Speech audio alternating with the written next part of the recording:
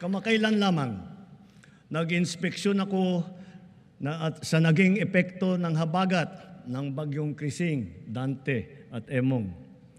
Kitang-kita ko na maraming proyekto para sa flood control ay palpak at gumuho. At yung iba, guni-guni lang. Huwag na po tayo magkunwari.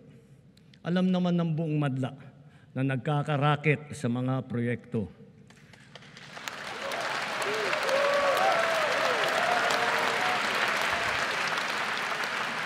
Mga kickback, mga initiative, errata, SOP, for the boys. Kaya sa mga nakikipagsabwatan upang kunin ang pondo ng bayan at nakawin ang kinabukasan ng ating mga mamamayan, mahiya naman kayo sa inyong kapwa Pilipino.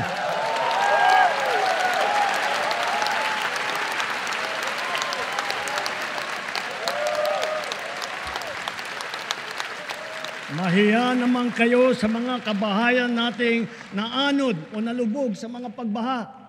Mahiya naman kayo, lalo sa mga anak natin na magmamana sa mga utang na ginawa ninyo na binulsan nyo lang ang pera.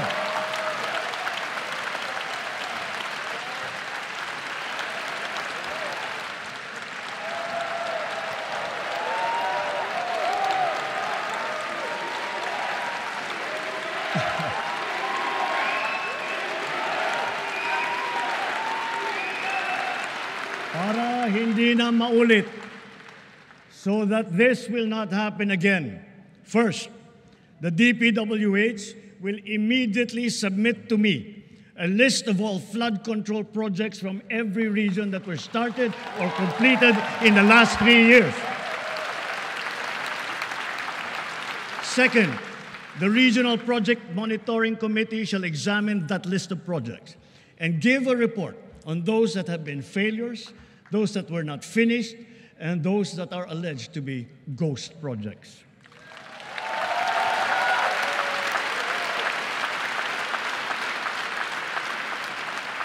And third, we will publish this list.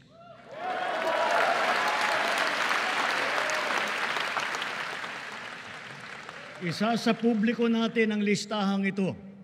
Kaya ang publiko na saksi sa mga proyektong ito ay malayang suriin ang listahan at magbahagi ng kanilang nalalaman para makatulong sa ating investigasyon.